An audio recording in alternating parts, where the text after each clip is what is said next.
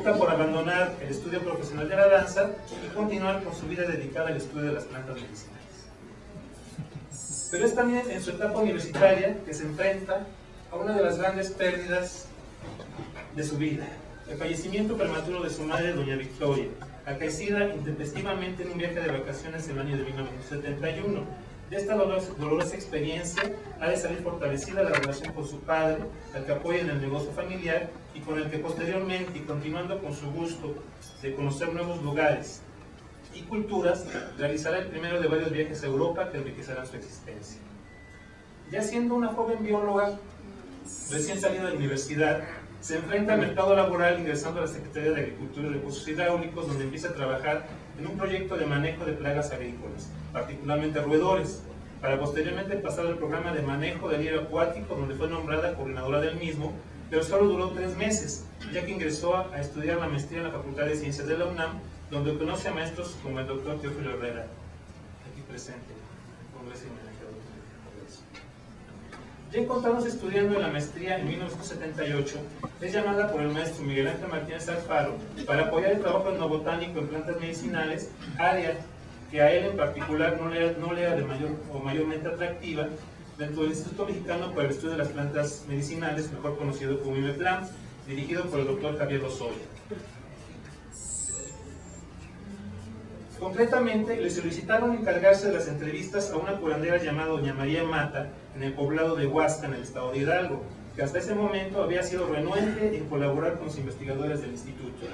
De esta manera, la joven Abigail se enfrenta a su primera experiencia etnobotánica médica como profesionista, y con tan buenos resultados que el doctor Lozoya decide contratarla como investigadora del IMEPLAN, y en donde a iniciativa personal empieza a formar el herbario de plantas medicinales del instituto, que al paso del tiempo se convertía en el principal de México y América Latina. Posteriormente,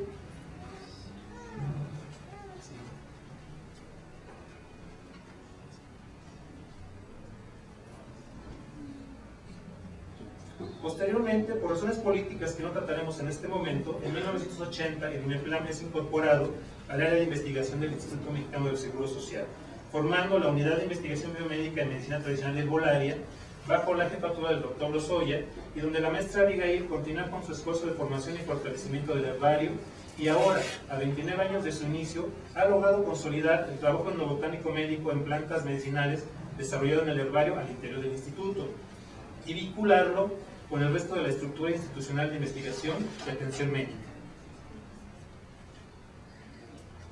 En cuanto a la atención médica en sus 3 niveles, ha apoyado el trabajo médico en áreas tan diversas como la medicina familiar, toxicología, medicina del trabajo, nutrición, entre otras. En la investigación experimental de plantas medicinales, el trabajo etnobotánico realizado en el herbario es el primer paso indispensable en la investigación científica de este recurso vegetal. En formación continua del personal médico, a través del curso monográfico sobre medicina tradicional y herbolaria, que en este año llega a su 15ª edición, y es el primero en su género que se dicta en el instituto. Asimismo, el apoyo brindado al actualmente denominado programa IMSS Oportunidades, antes COPLAMAR y Solidaridad, para el desarrollo de talleres de sensibilización y capacitación del personal médico y beneficiario del programa en regiones del país con presencia de población indígena. Asimismo, el trabajo de divulgación que se ha realizado tanto al interior del instituto, donde a lo largo de los años ha desarrollado actividades dirigidas tanto al personal como a los derechohabientes del instituto, para que reconozcan la importancia de su conocimiento sobre la flora medicinal, y el exterior, donde se han apoyado los esfuerzos de instancias gubernamentales como el ahora desaparecido Instituto Nacional Indigenista, para el conocimiento y desarrollo de la medicina tradicional de nuestro país, el reconocimiento del recurso humano que la practica y la importancia del recurso vegetal médico que utiliza. La Secretaría de Salud, a través de la Comisión Permanente de la Farmacopea de los Estados Unidos Mexicanos, coadyuvando al surgimiento de la primera farmacopea herbolaria de los Estados Unidos Mexicanos, y el asesoramiento brindado a la Dirección de Medicina Tradicional de la misma Secretaría, en la evaluación de distintos proyectos en general. De igual manera, ha apoyado el trabajo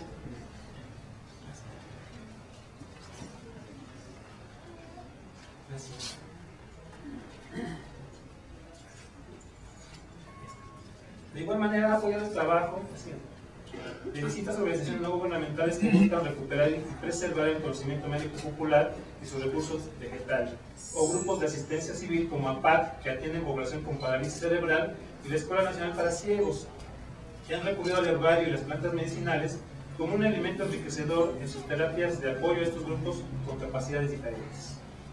Igualmente, ha apoyado a través de la Secretaría de Relaciones Exteriores el trabajo realizado con la población mexicana migrante en los Estados Unidos de Norteamérica para el reconocimiento y revalorización de su cultura médica popular, y de la Universidad Nacional Autónoma de México en la realización de diversos cursos y diplomados dictados en países como Colombia, Bolivia, Panamá, Ecuador, Guatemala y Perú, tanto a población indígena como a profesionales del sector salud y cardiología.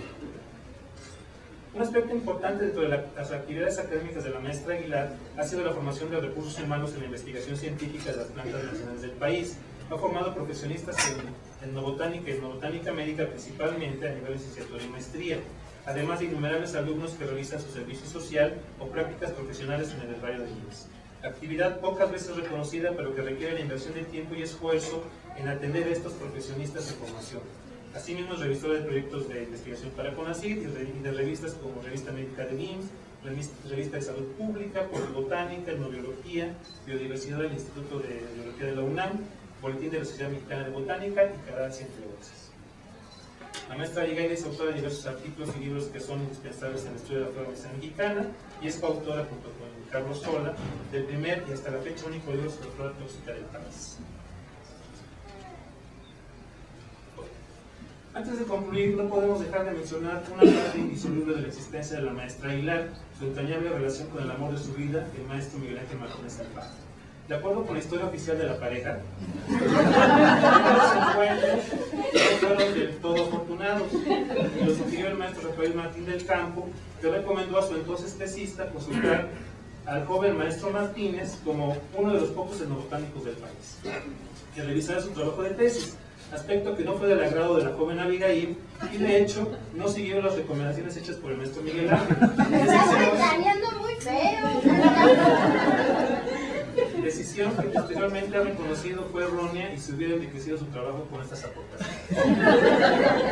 Pero esta no fue la última vez que se vieron, al contrario, como ya lo mencionamos, el maestro fue el que recomendó a Abigail para el trabajo que se requería en el IMEPLAN, y después de un tiempo de conocerse y un viaje de trabajo por la Sierra Norte de Puebla en compañía de José Arellano, un día del año 1979, el maestro Miguel Ángel, de manera intempestiva, pidió a don Abdías permiso para casarse con Abigail, y ante la sorpresa de ambos, ella asegura que no tuvo más remedio que aceptar. Pero en un acto de sinceridad posterior, la maestra Abigail ha admitido que en realidad, de una manera tal vez aún inconsciente, en el fondo de su corazón ya había decidido que ese hombre era el destino. La pareja se casa el mismo año en Acaquete, Puebla, rodeados de amigos y familiares, permaneciendo juntos por casi 26 años, llenos, como es normal, de alegrías y sinsabores, hasta el fallecimiento del maestro Miguel Ángel en el año 2007, a consecuencia de una diabetes mellitus tardíamente atendida. Hecho doloroso que se prolongó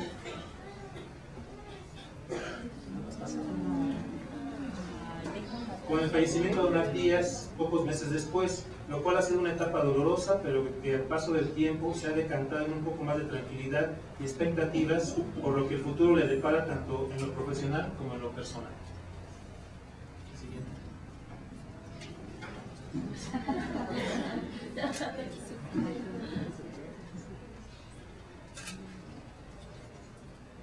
Finalmente, en una sociedad tan compleja y multicultural como es la mexicana, el trabajo de la maestra Aguilar es puente entre la academia y la sabiduría popular, condición obligada para responder a los diversos retos que tiene el sector salud en el México contemporáneo.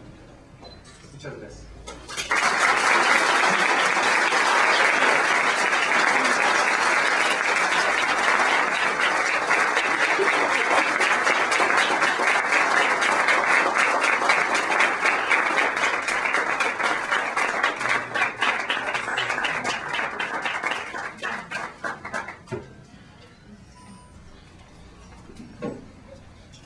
Cuando, por encargo de la Asociación Etnológica Mexicana, me di a la tarea de buscar las personas idóneas para armar el homenaje, recurrí a Enriqueta Martínez Murillo Y Keta, pues como buena alumna de Avi y de Miguel, me dice, ¿sabes qué? Yo creo que es Edith y Santiago los indicados, y no cabe duda de que con este escrito que han elaborado, definitivamente son las personas indicadas para la coordinación de este simposio homenaje. Invitaron a Carlos Sola Luque, quien mandó el escrito que voy a permitirme leer para el homenaje a Avi. El trabajo que voy a leer se titula Los primeros momentos, el IMEPLAN y la entrada al IMSS. Agradezco el gesto amistoso de los organizadores de este simposio homenaje al invitarme a decirle a Abigail Aguilar Contreras algo de lo mucho que ella significó, significa y seguramente significará para quienes tuvimos la fortuna de compartir largas horas de trabajo, beneficiándonos de sus conocimientos, pero sobre todo de su afecto y su alegre camaradería. Me piden los organizadores que me refiera a los años en que estuvimos juntos en el Instituto Mexicano para el Estudio de las Plantas Medicinales, el IMEPLAN, y más tarde, cuando tras la desaparición de este, dimos continuidad a los trabajos en la flamante Unidad de Investigación Biomédica en Medicina Tradicional y Herbolaria del IMSS, al iniciarse la década de los 80. Quisiera en breves líneas tratar de reconstruir el clima intelectual que nos ofrecían México y el mundo a quienes investigábamos las plantas medicinales, la medicina tradicional y su sistema de conceptos, creencias, recursos y prácticas. En otras palabras, la cultura médica popular y el patrimonio tangible e intangible de la medicina de los indígenas y de los sectores populares mexicanos. Y digo México y el mundo porque así como incursionábamos en los territorios indígenas de Puebla o de Hidalgo, de Chiapas o Oaxaca, nos llegaban también desde lejos los datos de otros hombres y mujeres que hacían lo mismo en China o en la India, en Nigeria o Egipto, en Guatemala o Chile, alianza teórica, científica, política y práctica que reflejó en su momento nuestra revista Medicina Tradicional. La necesidad de actuar con rigor científico planteaba la exigencia de la certeza sobre la identidad de las especies botánicas bajo estudio, por lo que era necesario responder a preguntas como esta. ¿El vegetal descrito por el español Francisco Hernández era el mismo que mencionaban los indígenas Martín de la Cruz y Juan Badiano, o los nahuas y totonacos contemporáneos de la Sierra Norte de Puebla, o más aún los que reportaba algún artículo del Journal of Ethnopharmacology? Bajo las denominaciones diversas que nos descubría la lexicografía de las voces populares como guarumbo, chancarro, hormigo u hormiguillo, se escondía Cecropia obtusifolia o Cecropia pentata.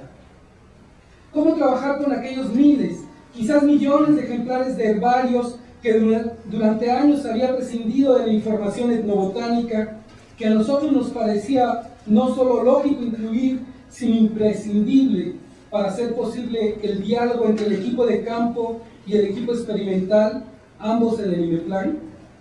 En otras palabras, nos ganaba la certeza a la que contribuyeron decisivamente Miguel Ángel Martínez Alfaro y un poco más tarde Abigail, de que el herbario de plantas medicinales constituía un instrumento central de la investigación al que debíamos contribuir por igual químicos y farmacólogos, historiadores y etnobotánicos, médicos y toxicólogos, antropólogos y lingüistas.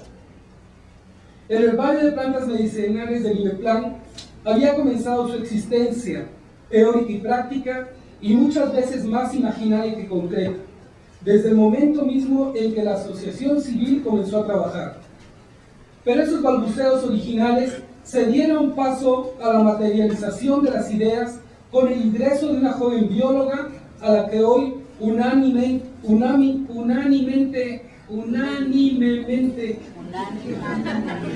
homenajeamos, Abigail Aguilar Contreras, nativa de Acajete, Puebla, la compañera, colega, esposa y amiga de Miguel Ángel Martínez Alfaro, cuya ausencia seguimos lamentando y cuya obra empieza a ser justa y cabalmente valorada actualmente, pero sobre todo la principal animadora de un proyecto que hoy es reconocido como el más importante de México en su tipo, el herbario de plantas medicinales del Instituto Mexicano del Seguro Social. El IMEPLAN había planteado, hecho que constituyó una elección fundamental para sus estrategias de investigación, la necesidad de integrar un equipo de investigación en el que dialogaran sistemáticamente químicos, fitoquímicos, farmacólogos, médicos, fisiólogos y toxicólogos, integrados en un subequipo, y biólogos, botánicos, etnobotánicos, antropólogos, historiadores y lingüistas agrupados en otro.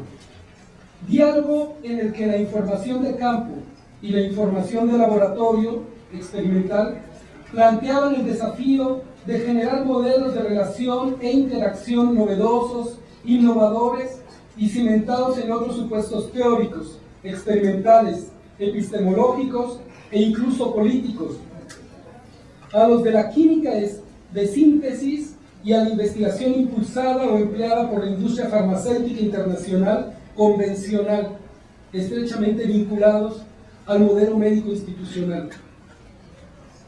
La identificación de los saberes locales como componentes esenciales de la investigación, de donde derivaban los datos básicos a corroborar, confirmar, contradecir o matizar con la investigación experimental.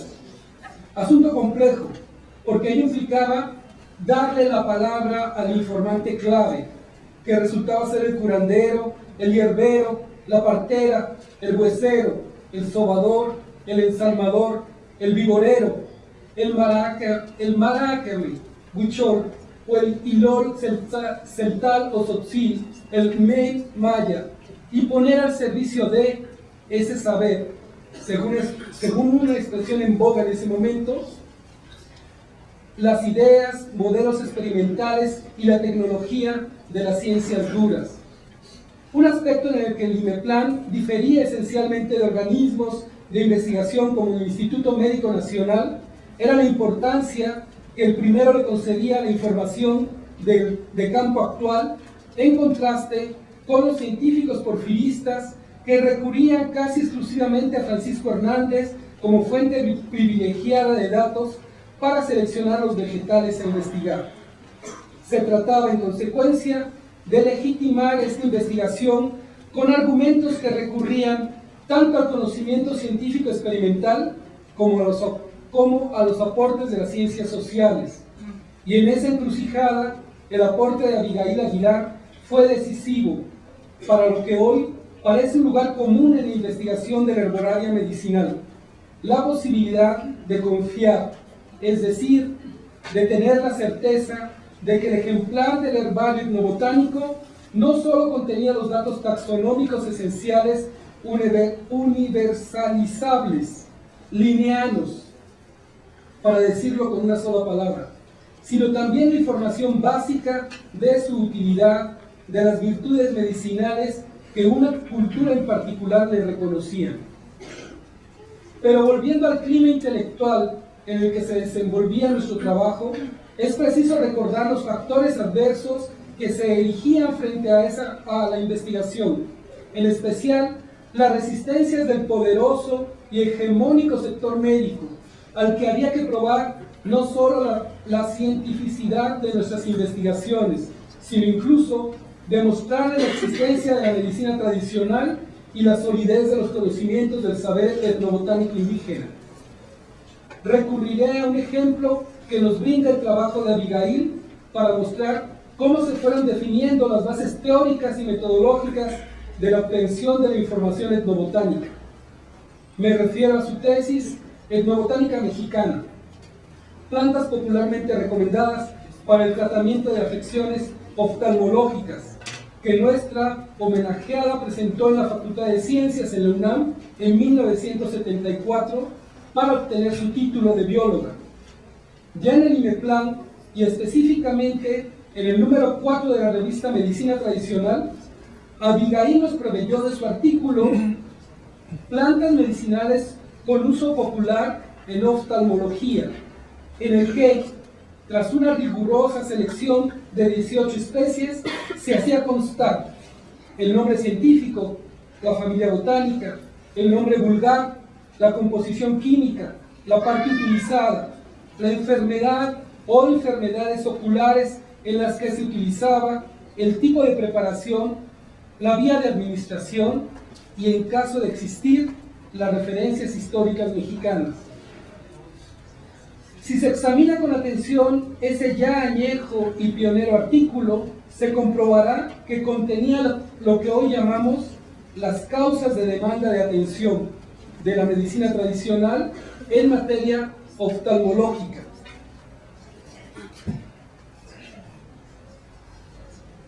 Es decir, la epidemiología popular de los padecimientos oculares, conjuntivitis, perrillas, mal de aire, ojos chinguiñosos, nubes, carnosidades, cataratas, tracoma, vista cansada, ojeras o lagrimeo, por solo citar algunas. Con sensibilidad de bióloga, antropóloga y lingüista, Abigail no solo proporcionaba los datos útiles al farmacólogo o al clínico, sino que asentaba que de las 18 especies, 6 pertenecen básicamente al mundo ritual de una parte de nuestro pueblo. Y se preguntaba, ¿hasta qué punto podría existir una relación entre la magia y el uso oftalmológico? La respuesta mostraba que en su empleo las plantas pertenecían tanto al orden del rito, y Abigail respaldaba esto apelando a los conjuros que nos brindaban información etnohistórica, como al dominio terapéutico, que era respaldada con las fuentes fitoquímicas y farmacológicas.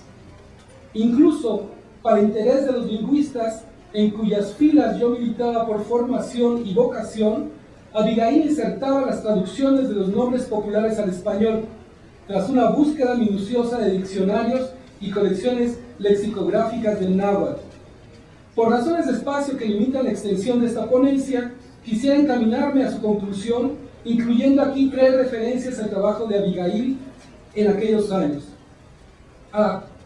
El primero, el respaldo de la información botánica y etnobotánica que nos ofrecía al conjunto de los investigadores del IMEPLAN, como por ejemplo su aporte y el de Gloria Andrade Murguía al trabajo de Philippe Lamy, y quien esto escribe: La etnobotánica en relación con los problemas de la salud en México, publicado en el número 5 de 1978 de Medicina Tradicional. La información botánica de campo recogida en Yancuictlalpan,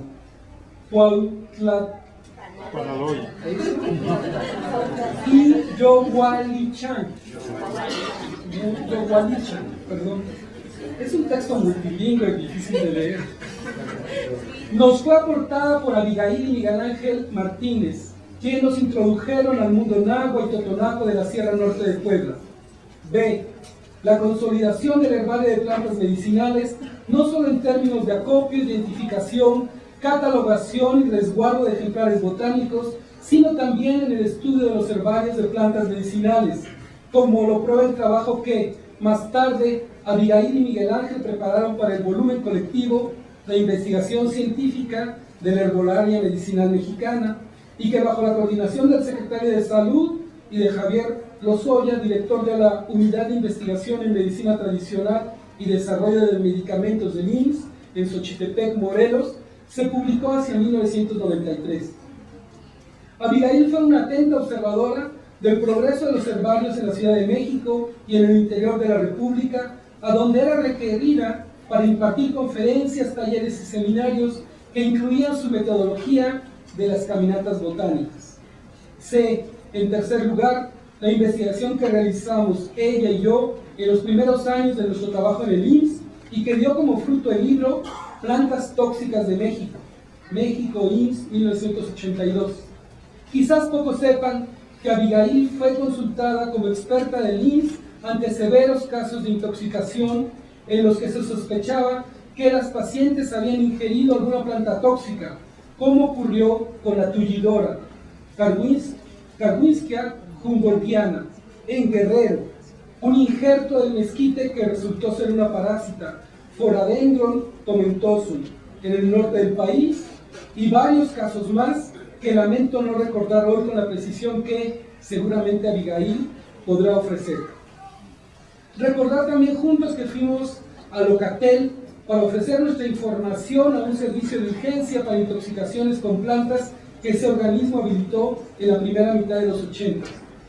Concluyo mi intervención amparado por el derecho de autor que me autoriza a no renunciar a los recuerdos personales, a la expresión de nuestra amistad e incluso a insertar aquí referencias no exentas de humor. Concluyo, decía, recordando la gran pachanga de su boda en Acajete, con una banda de pueblo que fue exigencia de Abigail para decirle el sí ante el cura poblano y ante un trajeado Miguel Ángel que estaba elegantísimo y un tantito nervioso. No renuncio a recordarle que mi tibia derecha fue víctima de una colecta suya de guarungo en la pluvial Sierra Norte durante alguna de las muchas incursiones en Cuetzalan, y finalmente la odisea a la que nos orillaron las ratas en Iztacuatitla, en Veracruz, que peleaban en los techos agujerados de la escuela en la que nos alojábamos y rebotaban en su catre, en caída libre, para terror de Santiago Oberti, de Alicia González Cerecedo y de quien esto escribe.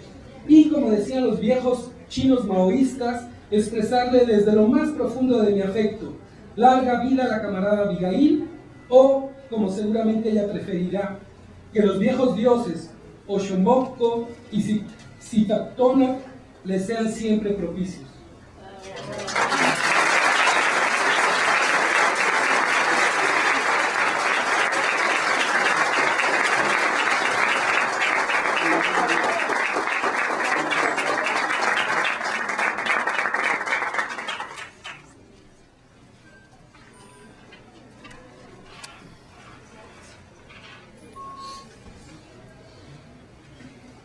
A continuación voy a darle la palabra al doctor Arturo Argueta, que nos va a hablar precisamente sobre las caminatas botánicas y los mini herbarios, desarrollo y perspectivas.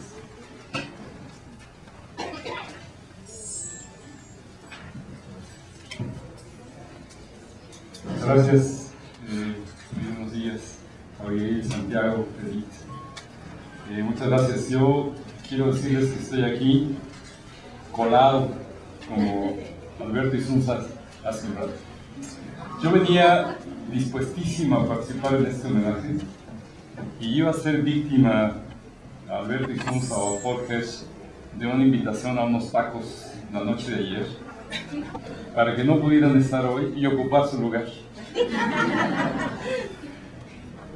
Afortunadamente para mí y desafortunadamente para Paul Hirsch, el Instituto Nacional de Antropología e Historia está pasando por un periodo de turbulencia y él tuvo que disculparse ante Abigail por no estar presente. Está en una reunión plenaria de los investigadores del instituto que en este momento están discutiendo justamente el futuro de algunos de los proyectos del instituto e incluso de las estructuras institucionales de la coordinación de investigación. Entonces, dado eso, me cedió su lugar, el cual evitó invitarle los tacos y poder estar aquí con ustedes para hablar del tema. Y sin embargo, justamente Paul me platicaba un poquito de lo que iba a dirigirles a ustedes.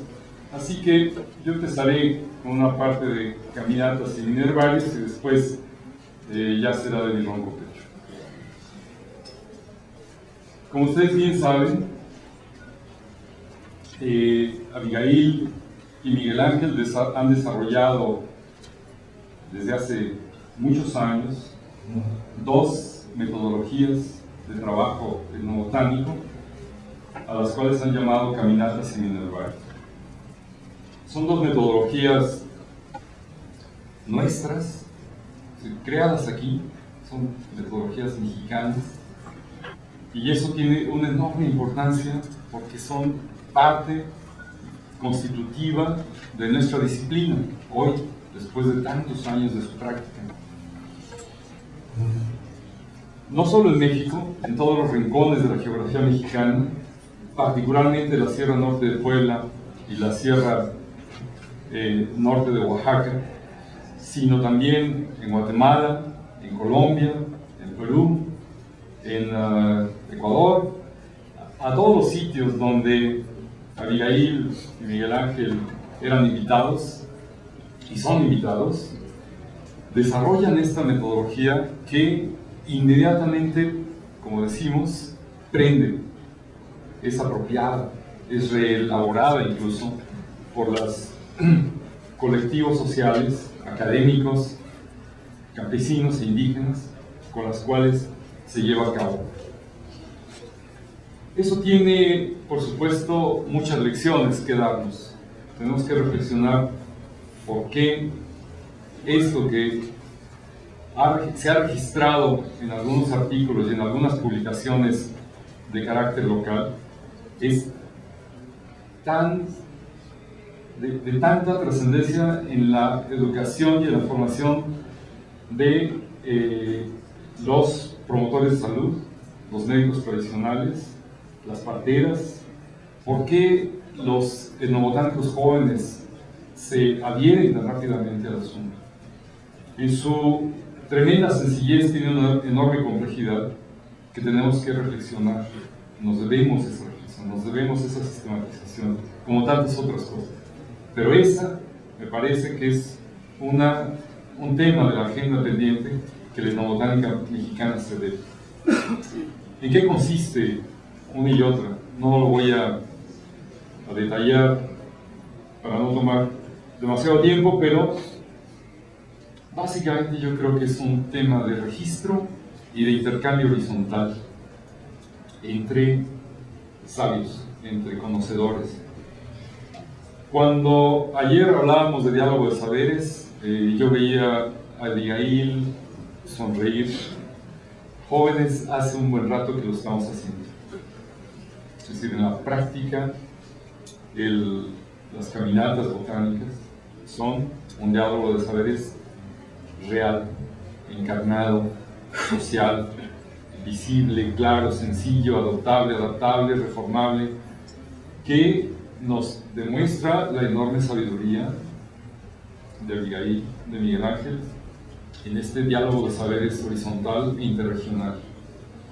Numerosísimos participantes han estado en las caminatas, han participado en las caminatas botánicas y se han beneficiado de estos procesos. Los minervarios son concatenados a la caminata, una colecta y un registro, pero un registro comunitario.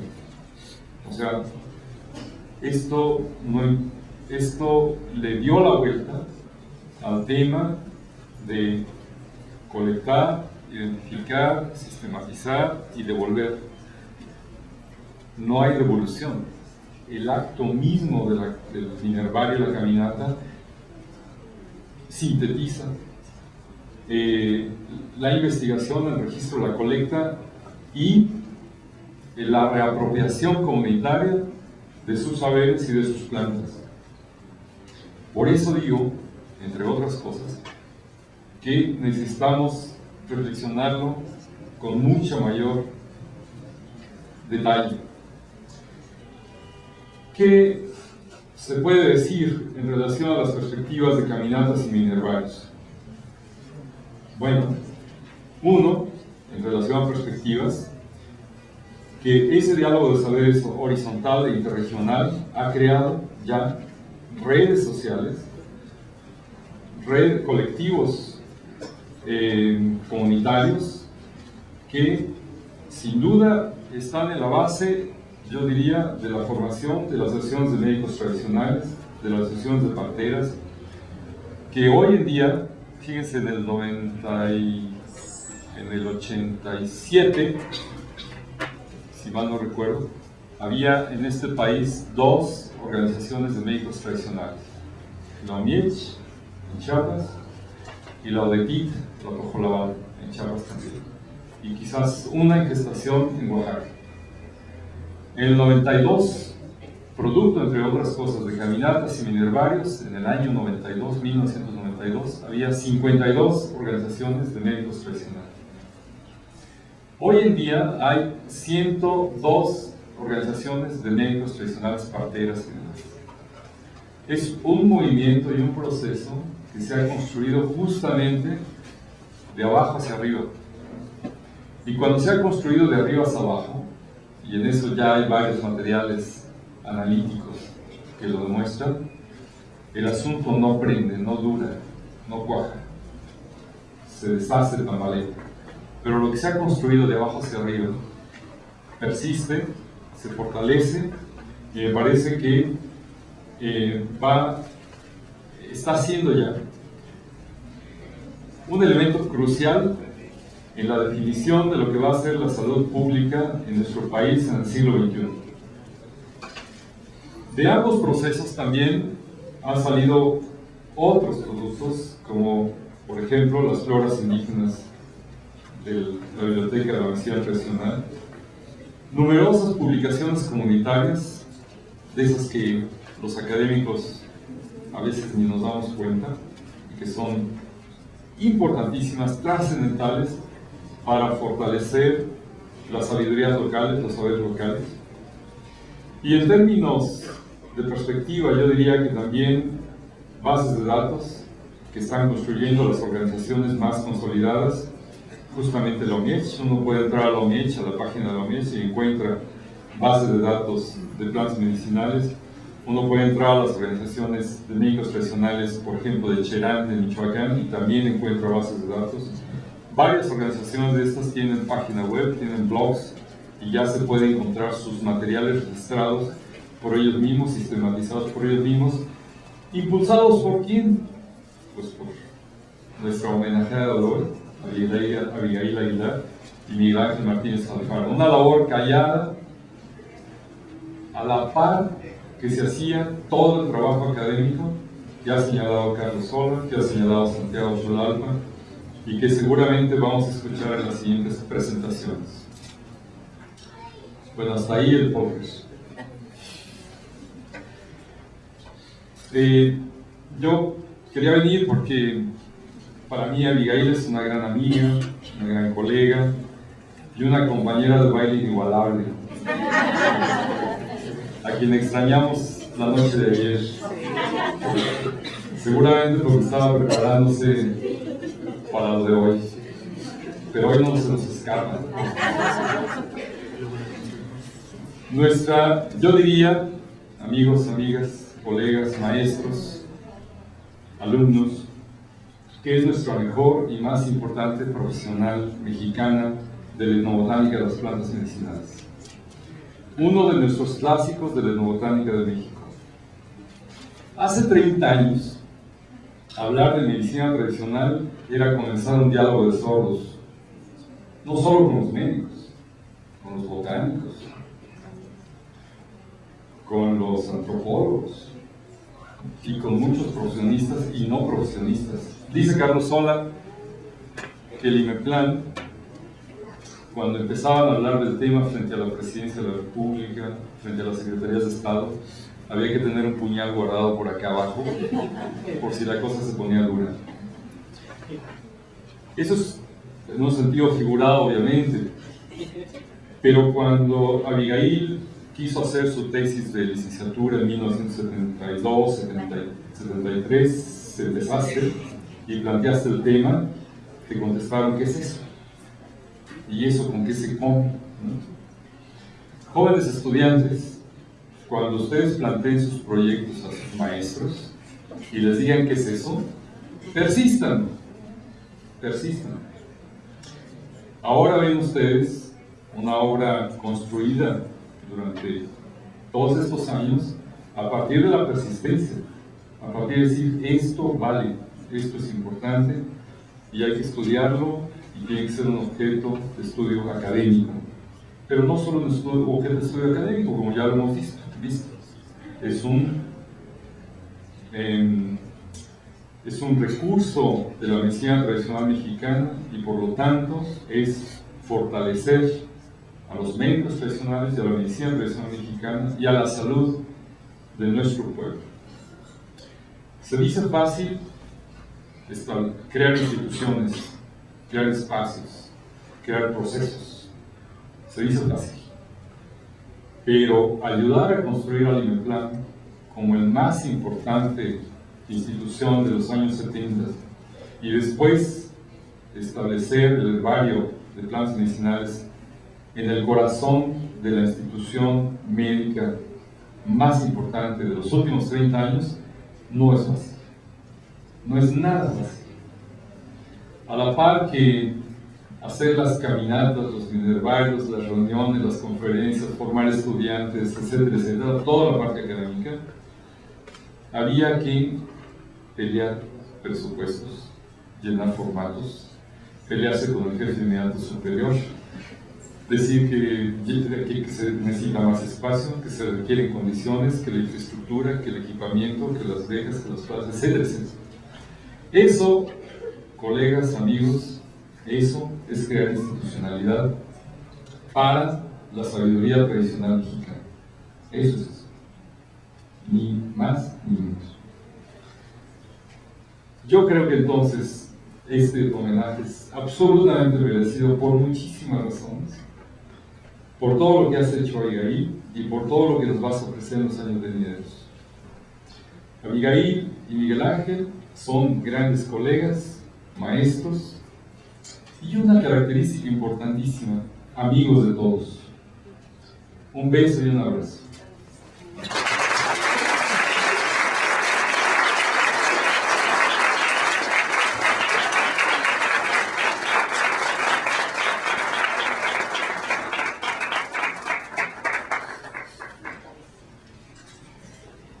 Déjenme decir, es de que voy en contra del protocolo. Yo sé que no se debe abrazar a los ponentes, pero la emoción es muy grande y como decía la vez pasada Heréndira Cano Contreras, que en la etnobiología lo primero hay que tener el corazón. Entonces por eso vengo y les agradezco con un abrazo sus palabras inmerecidas. Gracias.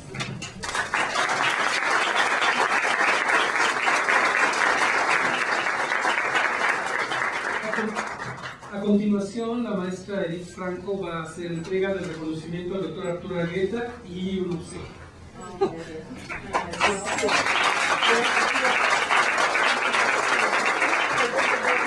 Eso sí que es inmerecido, ¿eh? No, no es cierto. Lo que pasa es que todas van a decir lo mismo, entonces quiero leer la primera.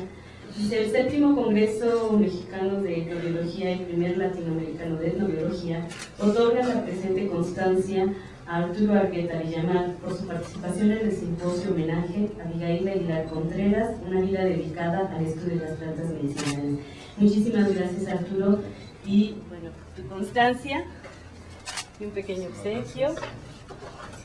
Y ojalá, sí, la constancia y un abrazo, ¿no? Adiós.